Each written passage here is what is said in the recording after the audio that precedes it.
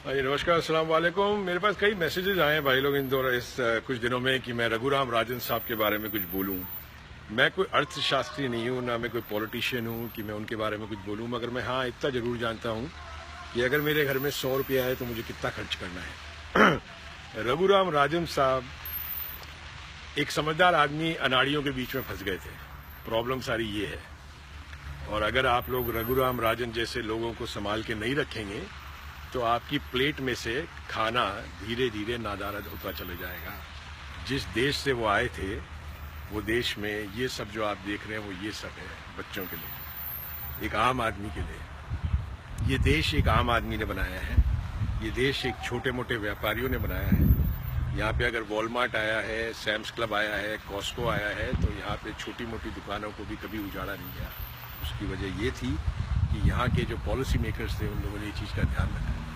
India में जो policy makers हैं आज की तारीख में भाई लोग, वो लोग ध्यान रख रहे हैं। ऊपर जो लोग बैठे हैं, कुछ नाम आप लोगों को भी पता है, कुछ नाम मुझे भी पता है। उसमें अंबानी हो गए, अदानी टाइप लोग हो गए, ये लोग हो गए। जब अदानी और अंबानी, ये जग जाहिर बात है कि इंडियन पॉलिटिकल सिस्टम से आज की तारीख में उनकी गणित चलती है, तो ये ऑब्वियस बात है कि रघुराम राजन साहब को ये चीज पसंद नहीं आई कि एक आम आदमी का पेट काट के इन लोगों की तिजोरियां भरी जा रही है। वो आरबीआई के गवर्नर है। आरबीआई पैसे का हिसाब किताब लेती है सरकार से। जब सरकार पैसे का हिसाब किताब नहीं दे पाई तो रघुराम राजन साहब को बोला गया कि अपना बोरिया बिस्तर बांधिए और वापस अमेरिका चले जाइए। इसीलिए हिंदुस्तान में आज की तारीख में काम करना बहुत ज्यादा मुश्किल हो गया है, क्योंकि आप लोग अनाड़ी लोग चुन लेते हैं, और जब आप लोग अनाड़ी लोग चुनेंगे तो फिर यही होगा। जैसे समझिए आपका बेटा क्रिकेट खेलता है और कोच जो इसका है वो अनाड़ी होगा, तो आपका बेटा क्रिकेट कैसे सीखेगा? वो नहीं सीख सकता। चाहे वो अच्छा बल्लेबाज हो, चाहे अच्छा गेंदबाज हो, वो नहीं सीख सकता। रघुराम राजन एक तरह से कोच थे, इंडियन फाइनेंशियल इंस्टीट्यूशन को करेक्ट करने आए थे। इसी दौरान विजय माल्या का केस हुआ, इसी दौरान ललित मोदी का केस हुआ। ये सब केसेस में बचाने वाली कौन सी सरकार थी, ये आपको ही पता है और ये मुझे ही पता है। रघुराम राजन एक ईमानदार आदमी, उनकी रातों की नींद हराम हो गई होगी। वो सोचे होंगे मैं हिंदुस्तान को बनाने जा रहा हूँ और ये क्या बन रहा है। उनको पहला मौका लगते ही उन्होंने कहा गुड बाय टाटा, आप लोग अपना ध्यान खुद रखिए, क्योंकि आप लोग खुद ही नहीं सुधरना चाहते। मोदी साहब को इकोनॉमिस्ट नहीं है, मोदी साहब वोट से जीते, और वोट से समझ नहीं होती है। इसकी कोई गारंटी नहीं है कि वोट से समझ आती है। ऐसे ही कोई गारंटी नहीं है अगर आपके बच्चे के 99% आते हैं और किसी के 70 आते हैं तो आपका बच्चा इंटेलिजेंट है। नहीं, जब वो दुनिया के बिजनेस के ओलंपिक्स में उतरता है तब उसको अपनी औकात पता लगती है कि मेरे 99% भारी पड़ रहे हैं या उस बंदे के जिसके 75% आए थे। स्ट्रीट स्मार्टनेस एक चीज होती है दुनिया में, तो आपको स्ट्रीट स्मार्ट होना पड़ता है। यहाँ पे जितने इंडियंस आते हैं, कोई जरूरी नहीं है वो सब 99% लेकर इंडिया से यहाँ पे आए। नहीं, कोई 45% आता था स्कूल में, कोई 50, कोई 55, कोई 60, मगर यहाँ पे आके सब इस्टेब्लिश हो जाते हैं विद इन ईयर्स। रीजन ये है कि यहाँ का स्टेज सेट है। वही स्टेज आप लोगों के लिए रघुराम राजन सेट करना चाहते थे। और एक बात याद रखिएगा भाई लोग, रघुराम राजन को कौन लाया था? दुनिया के जाने माने अर्थशास्त्र डॉक्टर मनमोहन सिंह जी। एक समझदार आदमी के साथ काम करना एक समझदार आदमी के लिए बहुत आसान हो जाता है। एक समझदार आदमी के लिए अनाड़ियों के साथ काम करना इम्पॉसिबल हो जाता है। वही बात है जैसे बल्लेबाजी की बात हुई क्रिकेट की।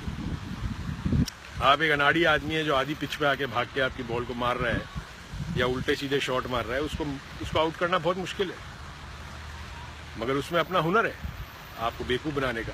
तो जो आज की सरकार है वो आम आदमी का बेवकूफ बनाने के लिए उनके पास हुनर है। मैं ये नहीं बोल रहा कि आज की सरकार अच्छी नहीं है, मैं ये भी नहीं बोल रहा ये लोग सही काम नहीं कर रहे, मगर जो जरूरतें हैं वो तो आज के सरकार के जिन्होंने वोट दिया उनकी भी वही जरूरतें हैं, जिन्होंने वोट नहीं दिया उनकी भी वही जरूरतें हैं। ऐसा तो नहीं हो सकता कि 31% जिन्होंने वोट दिया उनको 30 रुपए किलो दाल मिल रही है जो अदानी के पास आज की तारीख में जा रही है, जो खबर आई है, और वही दाल घूम फिर के 140 रुपए किलो उन लोगों के पास जा रही है जिन लोगों ने वोट भाजपा को नहीं दिया था। तो भाई लोग अगर अनाड़ियों को चुनेंगे तो समझदार लोग तो आप लोगों के साथ काम नहीं कर पाएंगे, और समझदार लोग वो हैं जिन्होंने दुनिया देखी है, जो जानते हैं दुनिया कैसे चलती है। डॉलर होता है ना, डॉलर दुनिया का इकोनॉमी संभालता है, और वो देश में से आए थे जहाँ पे डॉलर छपता है। उनको पता था क्या करना है। डॉलर को क्यों स्ट्रांग रखा जा रहा है इंडियन करेंसी के सामने, वो भी सबको पता है, क्योंकि आप लोगों को इन्वेस्टमेंट चाहिए। आज अगर मैं $1 लेके आ रहा हूँ तो मुझे 68 का गुनाकार मिलेगा, मगर उससे जो लोकल जनता है उसको कोई फायदा नहीं होने वाला। जब 45-47 हो जाता है तब आप लोगों को फायदा होगा, और वो होगा नहीं, कभी भी नहीं हो सकता। पेट्रोल की कीमतें आज हमारे यहाँ 23 रुपये लीटर पेट्रोल है। ठीक है, माना कि अमेरिका के पास बहुत पेट्रोल है, मगर फिर टैक्सेशन पे आप लोगों को मार दिया जाता है। तो ये कई कहानियां हैं। मैं कोई अर्थशास्त्र नहीं हूँ, ना मैं कोई पॉलिटिशियन हूँ, मगर मैं ये जरूर समझता हूँ कि जब हम छोटे थे, हमारे पिताजी को हमें हिसाब देना पड़ता था। जब वो हमें 5 रुपये देते थे और बोलते थे मुझे हिसाब देना, शैम्पू कहाँ खर्चा किया, वही हिसाब गलती से रघुराम राजन साहब ने भाजपा सरकार से मांग लिया। और जैसे ही मांगा, सुब्रमण्यम स्वामी जैसे लोग जो कि एजेंट हैं क्रोनी कैपिटलिस्ट के सरकार में, उनकी नींदें हराम होने चालू हो गई। उन्होंने प्रेशर बनाना चालू कर दिया। हिंदुस्तान का कानून ऐसा है कि वो प्रेशर बनाना बहुत आसान था। उन्होंने प्रेशर बनाना शुरू कर दिया। रघुराम राजन को पॉलिटिक्स नहीं आती है भाई लोग। वो एक सीधा साधा आदमी था जिसको 2+2 = 4 आता था, मगर वो आप लोगों के लिए बनाने आए थे 2+2 = 5, और आप लोग उनको संभाल नहीं पाए। गलती आप लोगों की है, गलती सरकार की नहीं है। जब तक आप लोग अनाड़ी लोग चुनते रहेंगे तब तक ऐसा होता रहेगा। जरा सोचिए, समझिए, अपने कल का देखिए भविष्य। 10 साल बहुत जल्दी निकल जाएंगे। आज जो 10 साल का बच्चा है वो 20 साल का 10 साल में हो जाएगा। उसकी ज़रूरतें होगी 10 साल बाद। कैसे करेगा एक आदमी? Health care, education, social security, कौन सी ऐसी चीज़ है जो आज की तारीख में अनऑथोराइज्ड माफिया के पास नहीं है? सब माफिया के हाथ में है। एजुकेशन माफिया के हाथ में सब। स्मृति ईरानी का लाइव सुना था मैंने। बेवकूफ़ बना रही है आप लोग।